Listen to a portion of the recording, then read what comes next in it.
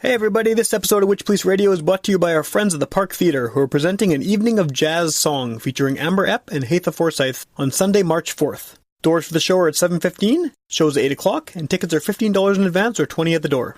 This episode is also brought to you by the return of Record Sundays happening Sunday, February 18th at Peg Beer Co., 125 Pacific Avenue. Beat February into submission with the enduring power of sound and furious craft beer by supporting Iron Ear Control, Dub Ditch Picnic Records, Eat 'em Up Records, and Electric Heat.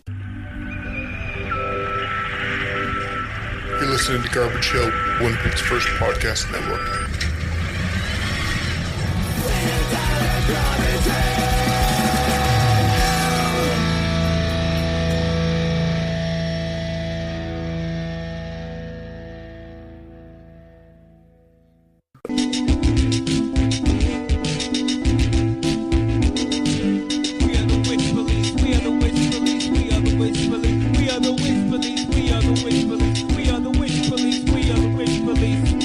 Welcome to Witchpolice Radio. I'm your regular host, Sam. I'm here at the food court, once again doing an afternoon interview, which is a little bit unusual, but, you know, I throw those in from time to time. And I'm here with Chuck, who is someone I've actually wanted to have on the show for a while, since I kind of randomly, I'm not even sure how I found your music, but I found it online somewhere, and I was really into it. And I had a chance to see you live last year at the Leo Mole show, the really, really hot day. Oh, yeah. There. And I've always wanted to kind of pick your brain a bit and find out where you're coming from and things like that. So I'm glad to have a chance to talk to you. Well, thanks for having me. And I guess I do kind of want to get into, you know, what your background is as a musician and all that, but I think the fact that you're going to Guatemala is maybe a good place to start, because that's a pretty cool thing that's going on. So can you tell me a bit about that?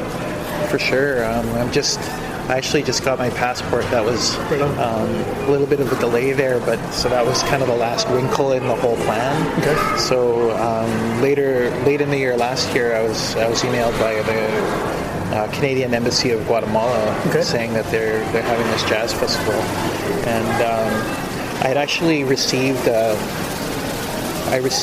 kind of a fake offer from somewhere in England before, and this one kind of looked similar, like it was a little bit of a weird email. So I thought it was fake. Yeah, well, you probably don't usually get emails saying come down and play in Guatemala. Yeah, totally. And so I just kind of waited for a bit, and then I ended up being approached by a girl named Kara Swayze, who's now doing some management duties for me. And I got her to kind of investigate the whole thing. Make sure it was legit. Yeah, and it turned out that it's a legitimate offer. Cool. And the Shuffled Demons from Toronto played there last year. Okay. And they're like really old school. Yeah, I remember the name anyway, for sure. Yeah, and so they played last year. She got more information there. So we're going. We'll be going on February 25th. That's when we'll be flying down there. And we'll play a couple shows, one in Guatemala City, and then another one in Antigua. Cool. And then we'll be doing a workshop for youth. Well, that's awesome. And it'll be pretty. This will be kind of like the biggest gig that I've played so far in my career. First international traveling show. Yeah. And the previous biggest gig that I ever played was at Montreal Jazz Fest, and that was with Moses Mays way back. I don't remember which year. I remember Moses Mays, but it's been a while since they were active. Yeah, it was 2004, I think, is when we went to Montreal Jazz Fest. This is a big leap from Montreal, though. I mean, going totally. part of the world entirely. Yeah, and so it's called the Guatemala International Jazz Festival, and it's I'm sure it's going to surpass what I can imagine is how, as far as coolness of gigs.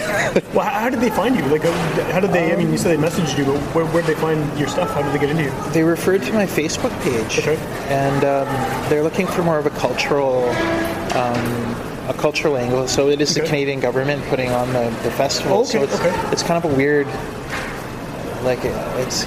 I don't understand how it works. Like the Canadian Embassy of Guatemala is putting on an international jazz festival in Guatemala. So they're Guatemalans, but they're also, the money, I guess, is coming from the government. Right. So it's kind of or maybe the Guatemalan government. I don't know how it works. But somehow Canadians are involved in it. Yeah. And you're part of it. I guess they found my Facebook page, and there's cultural, because of, I've been, my new compositions are all kind of mixing ceremonial songs, sacred songs with modal jazz, groove jazz that I play, and kind of mixing them together. And talking a lot about my Sweat Lodge experiences, and that whole how cultural music has changed the way that I approach music. And so I guess that's what they were looking for. Just to represent that element of Canadian culture to people in Guatemala, sort of? Yeah. And maybe, I don't think there's many artists, jazz artists, that are doing that. No, I think you're probably the first I've heard of. Yeah, I don't know of any. I know there's one, someone told me about a trumpet player down in the States somewhere, Arizona, New Mexico area, that's doing some fusion work with jazz and ceremonial songs.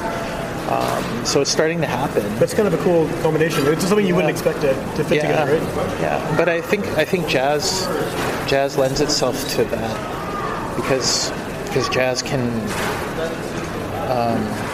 doesn't always have to be in the 4/4 format, like 1, 2, 3, 4, 6 bar or 8 bar format. Right, you're not stuck with the verse, chorus, verse setup that the pop song would have or a rock set, for sure. Yeah, jazz always had that ability to just kind of present sonic landscapes. Right.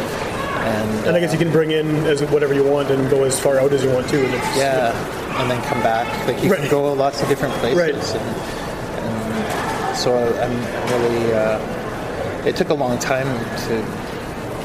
Like I don't know if I'm still doing it right yet, or the way that I want to do it. Right. But it's the songs are starting to sound really good, and I'm growing as well as a musician all the time. So now I'm kind of growing in that direction. Well, I imagine bringing some of those influences in too. It's going to completely change. I mean, it's going to not that jazz has a strict way it needs to be played, but that's going to completely throw things off kilter and change the whole big picture. Right, of what you're doing. Just tempos and time signatures and everything is going to be very different than what I guess you're used to playing as a traditional jazzer. Yeah, I've had to kind of break some conditioning, I guess, as far as when things are supposed to happen and timing and stuff like that, because Aboriginal music doesn't, it's just coming from a whole different place, so it doesn't it doesn't keep the same time signatures or the same lengths of phrasing and stuff like that. It's all very it is what it is kind of thing, and so jazz has the ability to kind of mold to that. Right. When I started playing with these new songs with my band and bringing them to my band, it takes a little bit longer to learn a song, just because my time signatures are off, and to me they sound really normal. Yeah. But what I'm realizing is what sounds normal to me sounds really crazy weird to other people. But that may be part of the appeal of it too, right? Someone I've never heard this before. What's going on here? And you want to kind of get into that more, right? Yeah. So I think it's working really well, and it lends its like I've always been that type of musician. I've never really wanted to play traditional jazz. Of course, I appreciate traditional jazz, but I've never really pictured my life as a traditional jazz player. And with trumpet, you kind of have, trumpet's not one of, guitar can play any type of music. A piano can play everything. You're good, But trumpet, you're kind of in a few streams of music, and that's kind of, and I've always kind of resisted kind of Well, that's interesting, because one thing I noticed from what I've heard of your stuff is that it's very groove heavy. Like bass and drums are very, very prominent, and it's almost, I don't know if aggressive is the right word, but there's definitely like an attack to it. Like it's a lot of jazz. I mean, there's so many different subgenres of jazz, but I feel like it's very kind of in your face, a lot of the stuff I've heard you doing, and it's just it may be in large part because of the rhythm, like the rhythm section. So where does that come from? Well, my background, my background is actually when I was in high school, I was listening to heavy metal with my friends and partying, and but then I'd go home and put on jazz CDs, old. So I had this I was always attracted to kind of groove-oriented jazz, and but then this whole time I was listening to Metallica, and I was trying to learn Metallica grooves on the piano, and I think I played I played Master of Puppets with my trumpet just to kind of like joke around with people or whatever. Yeah. But I always, sometimes when I'm writing music, I notice there is kind of a rock edge to it. Like there's kind of it sounds heavy, even though it's the genre that you wouldn't necessarily associate with heavy, or a different kind of heavy, I guess. But there's something to it. Yeah, totally. And then after that, I ended up getting into electronic music. Okay. And when I was in university, I ended up in this electronic music lab. Okay. And this was kind of as sampling and synthesizers were kind of coming back, I guess. Right. This was like early 90s. Okay. And computers were just starting to be able to process samples. Not like now where anyone can just pull out a cell phone and do it, right? Yeah, back then, like, just as an example, like we had the internet, and the internet just started, and it was in that lab. Right. They had dial-up.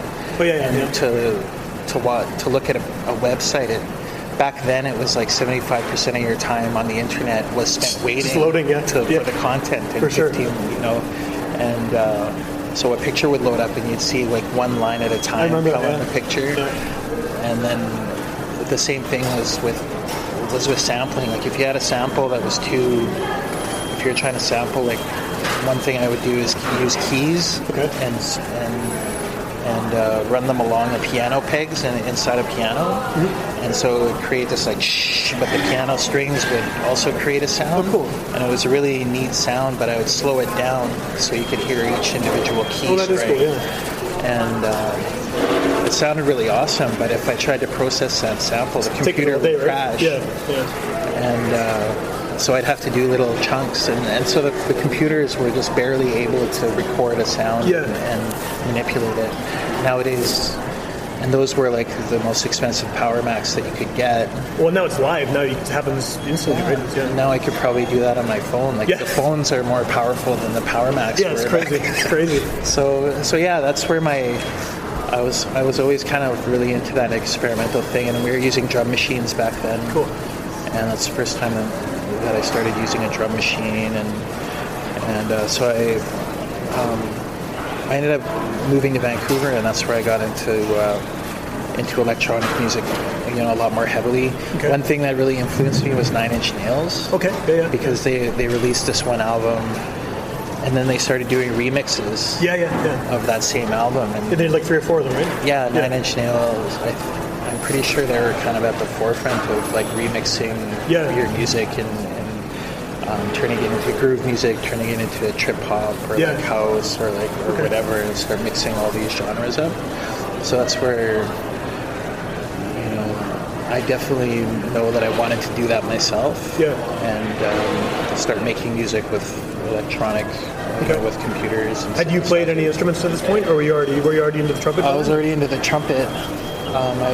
I left. That was when I went to Vancouver. I was in my second year of university at Brandon. Okay. So doing classical. Oh, so you were already trumpet. Well into Yeah. And that's where I was. I think that's probably where I was starting to say, well, I don't really want to be a classical trumpet player. Yeah. And I don't really want to be a straight up jazz player. So I started I left university, which was kind of in hindsight, a poor decision, but I just left university, and I ended up getting some funding to go to an electronic music school in Vancouver. But I guess what started happening is I just started jamming with people in Vancouver, and I found a crew of guys that were DJs. There was a house DJ and a drum and bass DJ. Okay. And they were the drummer and the bass player, and we started this band that was going to emulate electronic music. With live instruments? Yeah. Cool. And that was in 94, that was 96. Okay. And around that time, that's what was starting to happen in Vancouver anyways.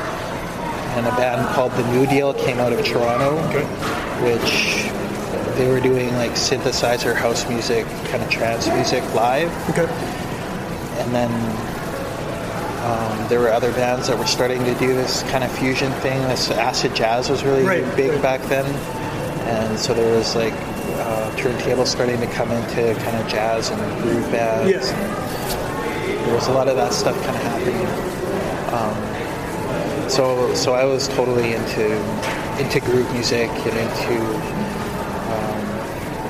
heavy bass lines. Yeah. Heavy drums. Well, and that comes through in what you're doing now too, obviously. And and that's right now. I'm not doing any like kind of on the floor techno stuff anymore. Yeah. I used to write music that way, but right now I've been listening to a lot of trap music. Okay. And that's kind of starting to come through in my new stuff that I'm programming at home. Okay, cool. I'm not sure how that's going to come to the band or how that's going to mix yet.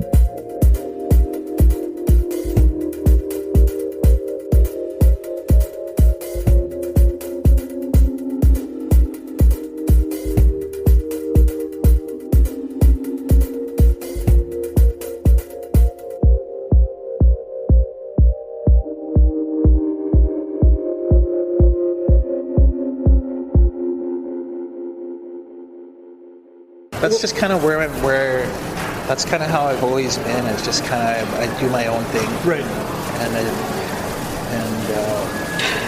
I was always kind of nervous to bring that to a band. I think I was really scared. I was like, well, what I do is, I don't know if it's acceptable or something like that. Right. But then I just have to look at what people are doing, and there's a lot of music out there that there's a lot of music appreciators out there who appreciate all kinds of music, and I can't really say. Right. I've got to present whatever I'm doing and just say, okay, well, this is what I do, and that's it. Right. It doesn't necessarily have to fit into some kind of specific genre or subgenre. Yeah. Well, one of the things with jazz, I've had other jazz artists on the show before. Keith Price has been on a few times, and one of the things he mentioned is that a lot of the audience for jazz in general is a little bit older. There's a lot of kind of people who are thinking of jazz as sort of more formal, traditional thing. And do you have any? Was that like one of your worries that maybe if you go in all these different directions, you're going to alienate the jazz crowd? I think so. Yeah. After that Leo Mall show, actually, a lot of the crowd there, like Leo Mall, is a straight kind of jazz crowd. Yeah, totally. Yeah. And I was kind of thinking, I was like, well, I'm doing a different type of jazz. Yeah. And it was appreciated. I could kind of tell. I could look at the crowd, and it was an older crowd too, I guess, for the most part, right? Yeah. But one guy did come up, and he was like, "Man, I really like what you're doing. It's so cool. I like but you could throw in. I think you could probably throw in a song that I know or a song that everybody knows, right? And I know exactly what he's thinking, and I may do that at when I know I'm playing a straight jazz crowd. Maybe play standard or something, right? Kind of do a standard, but maybe not. I think I think it went over well that show, and I think bringing the percussionist for that show is probably better than bringing the drummer, Brendan, because Brendan's a heavy player, and he's like a heavy beats type of guy. Oh, he's a hip hop guy, right? Yeah, and so maybe that might have pushed it over a little bit into where the crowd might have started thinking, oh, I should be in a nightclub, not in the sun. But that probably would have went over well too. Brendan might have held back a little bit, and maybe we would have just laid back and just enjoyed the day, play more daylight sounds. Right. Yeah. Who do you think is the audience for what you're doing, though? I mean, like you said, you're bringing all these different influences into it, and there's also the traditional jazz audience. Mm-hmm. Are you converting some of the old people into the new sounds, or is it mainly younger people who are kind of coming to this, maybe not from a jazz background? I'm hoping to cross over and attract some younger people. Yeah. Because I'm not really in touch with a lot of like what's new as far as like jazz groove. Right. I really liked what that I can't remember his name. The piano player, he worked with Kendrick Lamar. Okay. What's his name? sucks. I can't remember. But there are some jazz guys that are doing some good crossover. He got a Grammy nomination. I'll remember his name. But there's a guy named Roy Hargrove who's always been doing. He's a trumpet player. Okay. And he's been working with hip hop artists like D'Angelo. Oh yeah. That seems like a good fit. This was a while ago, and I'm not sure what he's doing now, but there's always been jazz guys that are trying to cross over and appeal towards hip hop, and I think appeal to the younger generations, and I do think that works. Is that something that you want to do more locally? Because hip hop is starting to become big again in the city. Yeah. I mean, it kind of has had its ups and downs, but now it seems like it's on a real high. And a lot of bands, I mean, someone like 3Pete, for example, they definitely do more of a combination of older style hip hop that maybe would be more used to. I mean, they use jazz samples quite heavily, right? So. Yeah, I did. I just heard 3Pete recently, actually, and it does sound like old school, like those guys, the three guys. Oh, I can't remember any. I should know all. It's all right. But yeah, so there's always room for jazz to cross over to appeal to younger people. Yeah. My primary focus is young Indigenous people. Okay. I would love, that's kind of the drive underneath everything that I'm doing right now. Is I want to be able to reach a young Indigenous audience and kind of have music that will appeal to them and maybe attract them towards instrumental music and towards towards jazz or towards just reaching out and just feeling like they can do whatever type of music that they want to do. Like we without sounding like there's stereotypes out there about Indigenous people. Like there's country's really strong. Yeah. We listen to country, we listen to hip hop. Hip hop for sure. In Winnipeg, there's a lot of hip hop artists certainly too. So. Yeah, we listen to gangster rap.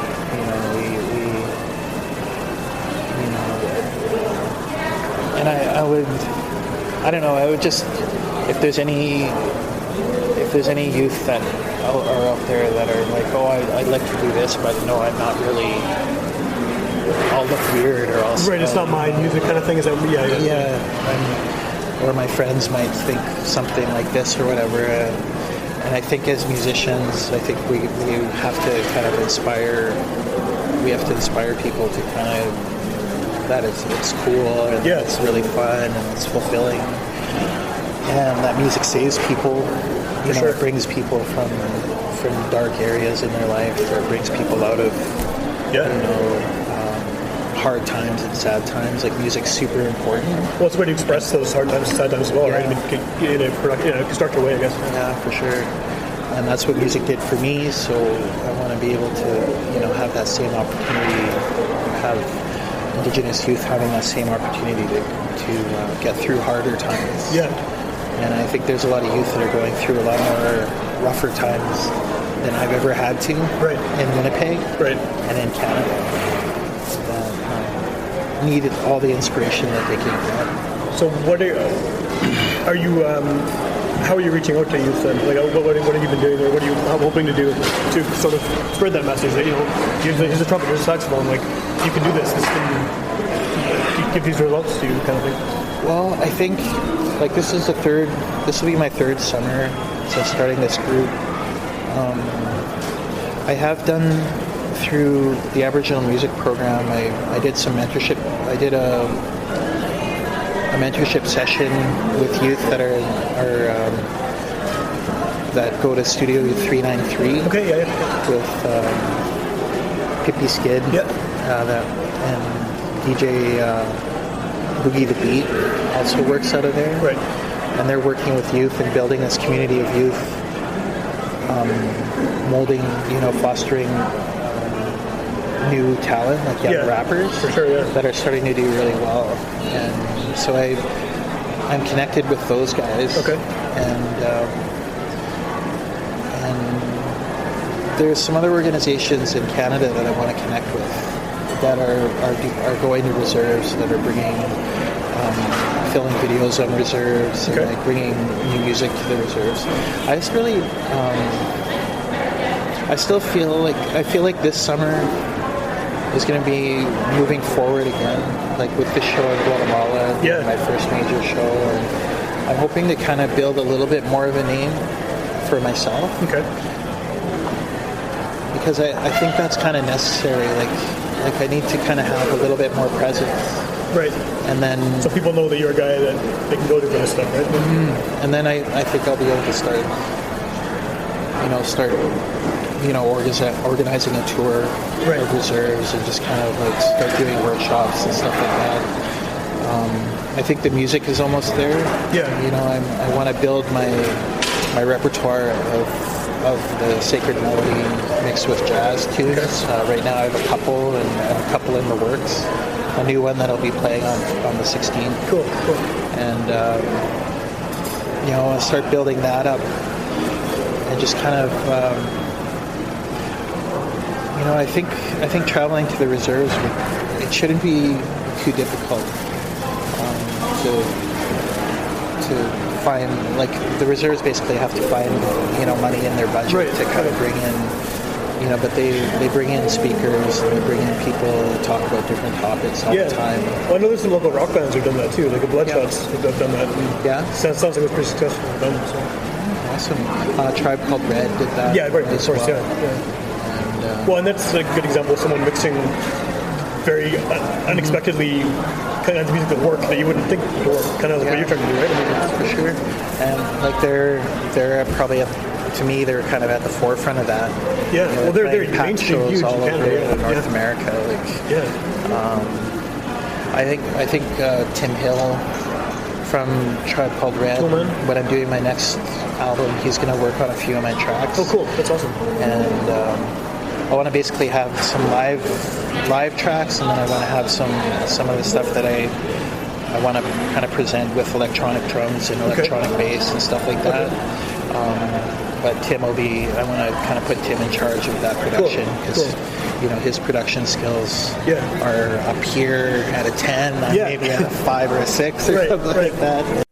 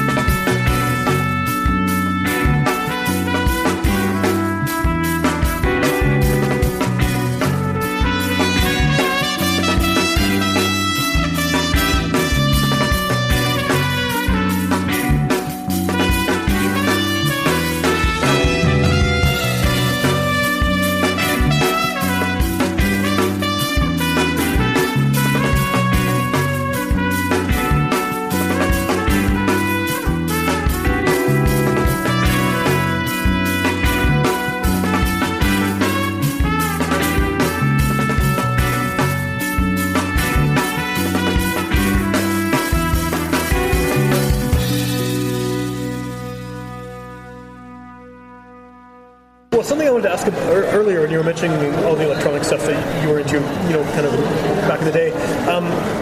I feel like electronic music and jazz on the surface don't seem like they would have a lot in common in the sense that jazz is very improvisation heavy. Electronic music is just by its very nature you're programming things to happen at certain times, right? Yeah. Like how do those mesh? How do those two fit together for you?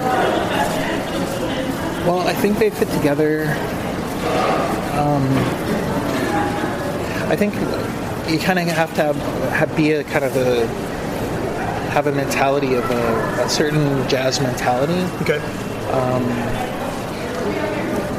I've always been the type of guy that wants to hear a certain part of a song repeated, so that I can improvise over that part. And that's the roots of electronic music. Right, because it's a sample. Because they would sample one part of a funk song and say, that's the part I'm going to make a whole song out of. Right. That's where house music comes. They sample one part. They sample the disco record. Yeah. They just sample the break. Well, hip-hop too, same thing. Yeah, hip-hop would sample the break and then loop it, and then that's what those genres are built on. So kind of having the static thing like a sample and then the improvisation on top of it? Yeah, and that's what I do. Like everything that I write I'll write one chunk that I want to have loop. Okay. So I'm writing a favorite part, looping it, and then I improvise over that. Okay. So as a jazz musician, I've always been that type of person that I don't get sick of playing in a key. Right. I don't need the chords to go all over the place for me to be happy. You can just go over that one section. Yeah, I like it when the chords are moving, more in a mood or in an ambience or a landscape or a soundscape. Which is more of an electronic thing, I guess, anyway, right? Yeah. Just atmosphere feeling. Yeah, so I don't know what came first, whether electronic music made me like that or whether I've been like that, but I know when I first started listening to records, when I first picked up the trumpet when I was 14, I was always attracted to the blues format jazz stuff, which kind of has less chord movement. Right. And when chords started moving, my ears weren't really open to that. Yeah. And I think it's just been my personality the whole time. Okay. And so I know there's other jazz guys that are like that, and there's guys that I've played with that are like... They're the opposite, right? They want to hear as many changes as possible. And and they're it's just what you like. Sure. Jazz has room for all these different types of personalities. Yeah, definitely. How much of the stuff that you play with the band is improvised? I mean, I guess how structured is it? Maybe is a better question. Well, what I do is I kind of write the head, and so the bass line, I'll write the bass line, which is basically what my music is. The bass and the drums kind of define my music. Just the groove again, right? Yeah, and so I'll usually write the drum and the bass line, and because everything is going to be built off of that. Okay. And so the drummer and the bass player kind of learn what I wrote. Yeah. And then once we're playing like the main melody, and once the solo section starts, that's where the chord will kind of start being more like traditional jazz, where there's the chord line, and the bass player can start playing with the beat, and the drummer can start kind of letting go of that groove. Okay. And then we come back to it for the end of the song. Cool. So that's kind of like the jazz format. Makes sense, yeah. Are they, are the songs kind of infinitely extendable? Like, can you take one of the songs and just go on with it for as long as you need to, something? Or? Yeah, we'll do like a trumpet solo, and then a sax solo, and a guitar solo, or we'll usually try to keep it to 2 solos, otherwise it gets really long.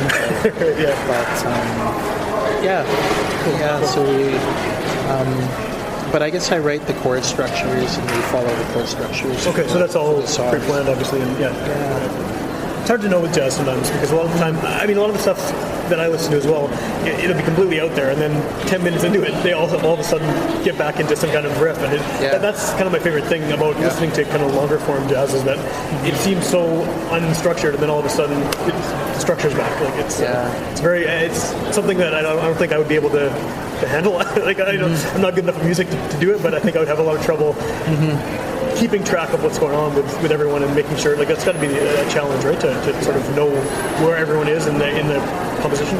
Yeah. Like for my stuff, it's a little difficult to hold on to the form. Yeah. But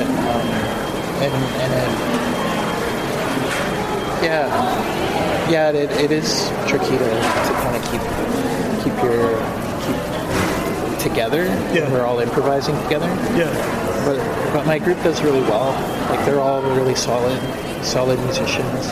Is it the same group you've had for a while now too? Or they... Yeah, I typically play with Brendan and Ashley Al on bass and Victor Lopez on guitar. Like those are the kind of the core. Yeah. Right now, Kyle Wedlake from the Dirty Catfish. Okay, the brass band. Band is primary sax player that I've been playing with, and I'd like to just keep with those guys as much as possible. And I'm really lucky that they're, because I don't play a lot. I'm lucky that they've kind of haven't moved on.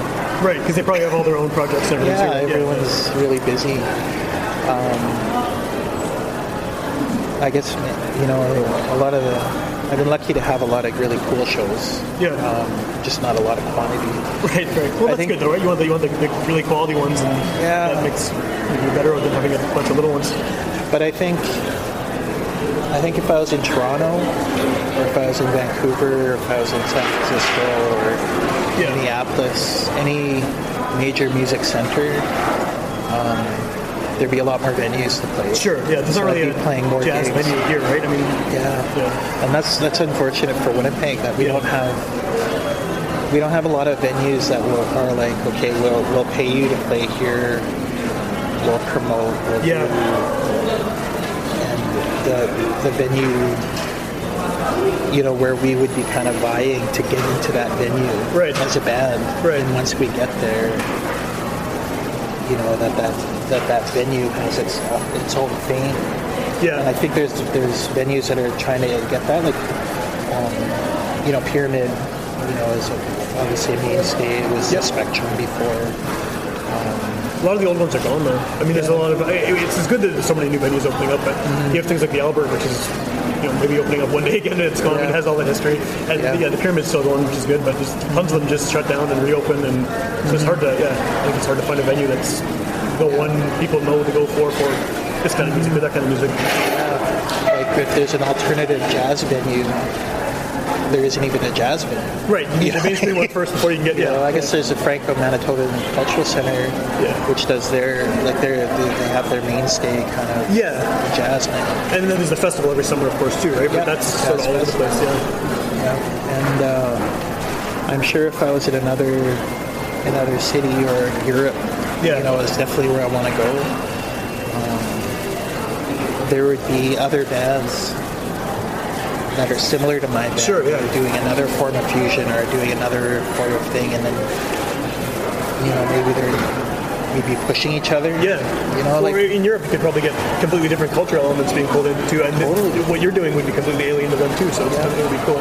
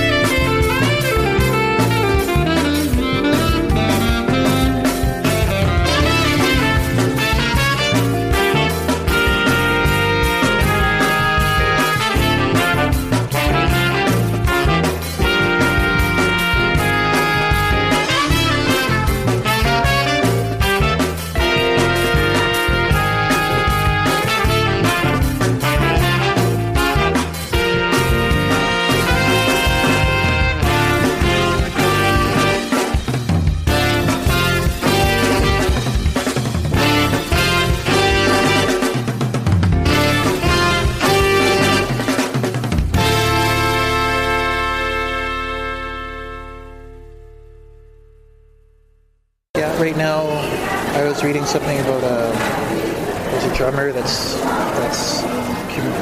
combining jazz with his cultural roots from Chile. Okay, cool. I think, is that the guy here who was doing a show like on last weekend? Yeah, I thought that was really cool. It's really neat. I was like, that's exactly what I'm doing. For sure, yeah. And I can't remember anybody's name right now. So I'm like mentioning these people, but I can't remember their names. But he's a really good drummer. Yeah, he's in the Keith Price double quartet as well. Yeah. But yeah, so the stuff happening is just there's not a like core place for it, I guess, right? Like yeah, like back, I remember when Moses Mays was coming out, there was the Hummers before Moses Mays. And it was a very similar style. And we were both groove, we were both like jazz fusion, and we were both had a really good following. For sure, yeah. And Hummers really helped Moses kind of build that following by playing a few shows. Right. And but we were I guess we were just starting at the like, kind of where Hummers was kind of going.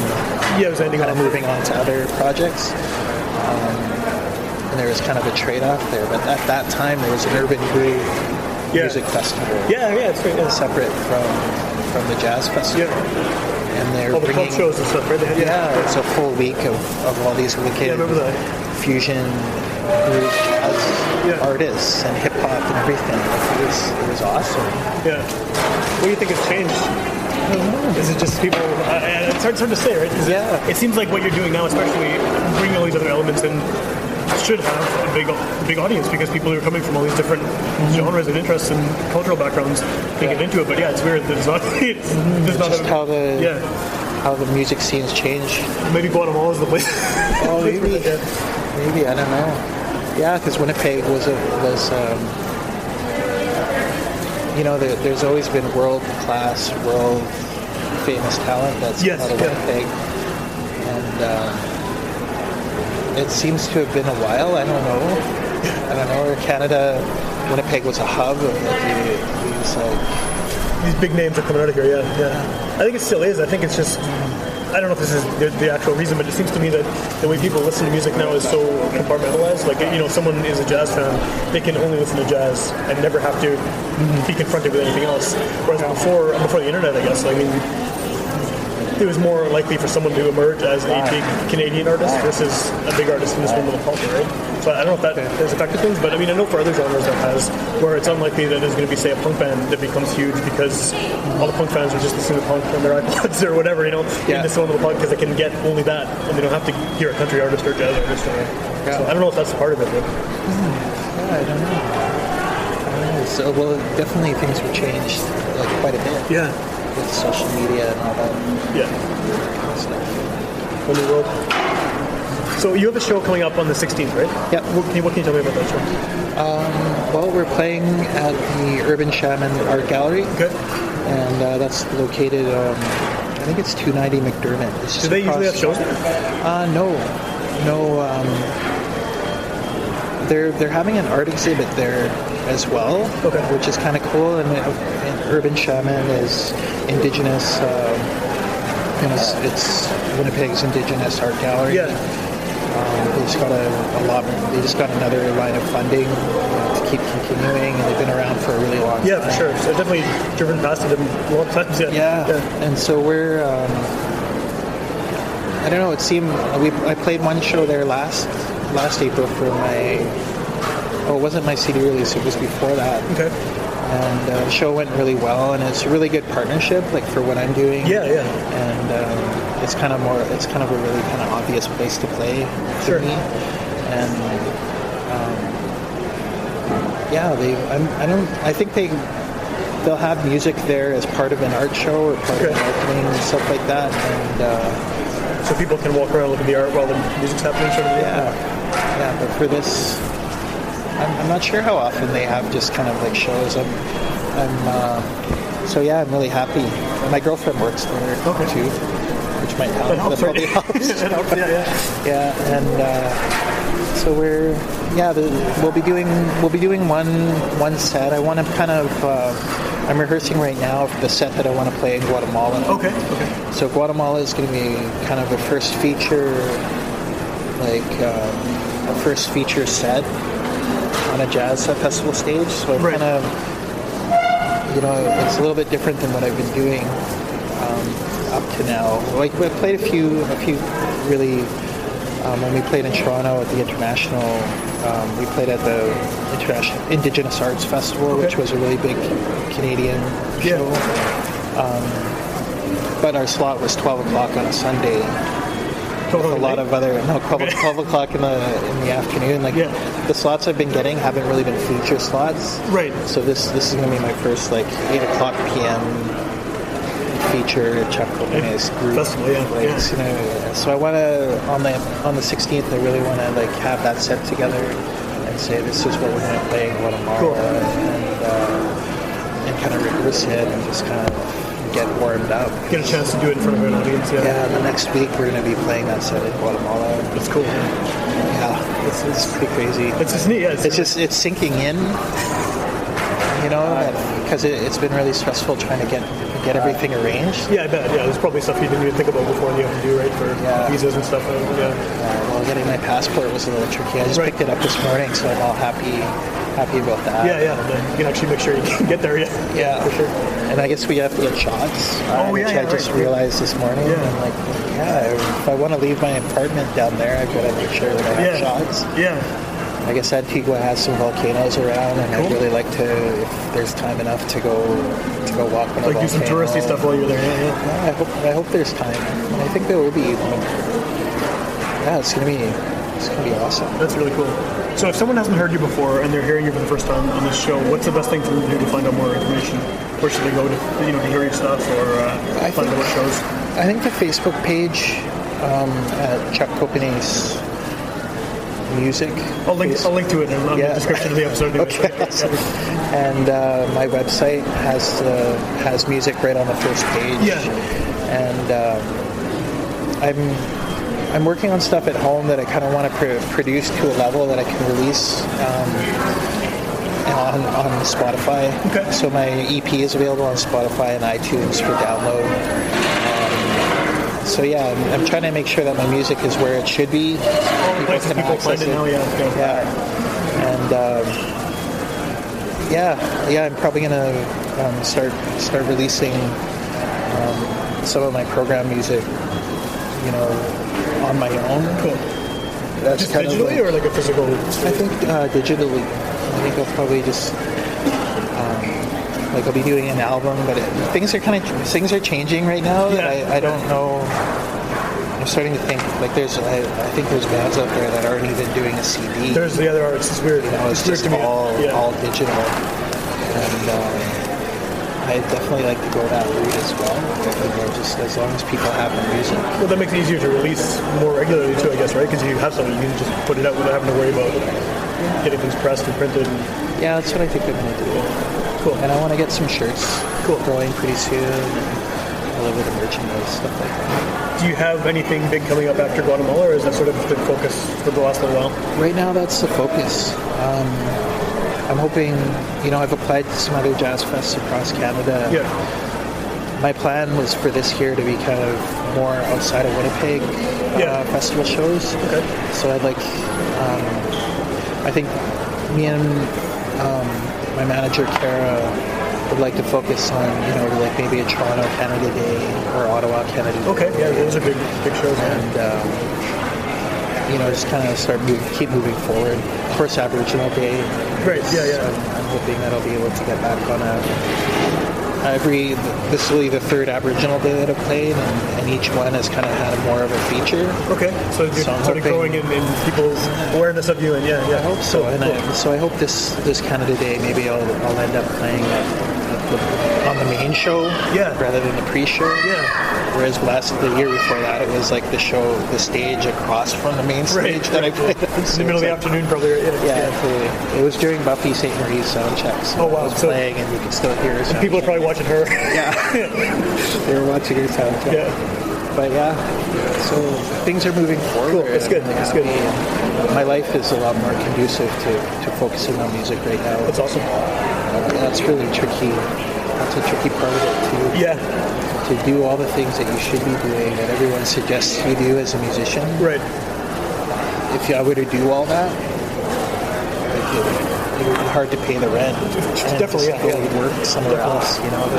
I think it's the problem that literally everyone I've interviewed on the show in the past 5 years has had the same issue, right? It's like, how do I make this work as a full-time thing while trying to actually pay bills, pay rent, whatever, pay mortgage and stuff. But I'm glad things are like looking up though, like you're kind of getting bigger and bigger shows and things like that. It's awesome. Yeah, it's good to hear. Yeah. Great, thanks. Cool. Well, if anyone wants to hear more episodes of this show, you go to witchpolice.com, click on podcast. There's 270 some episodes there, all for free download and streaming. You can hear us on Sunday nights at midnight on UMFM, and those are older episodes that kind of get a second win. So even though we're recording this now in February, it might not air till June or something. So obviously the Guatemala thing will be over, but by that time someone could tune in, hear you, and you might have a new release ever something. Who knows, right? Or they can check you out at another show happening. So it's kind of a nice thing that UMFM will replay these, even though it's a little bit down the road. But it's definitely cool to hear them on the radio in addition to that on the internet. So thanks a lot for meeting me, and I'm very happy to talk to you. Yeah, thank you. Thanks. Thank you. Nice to meet you.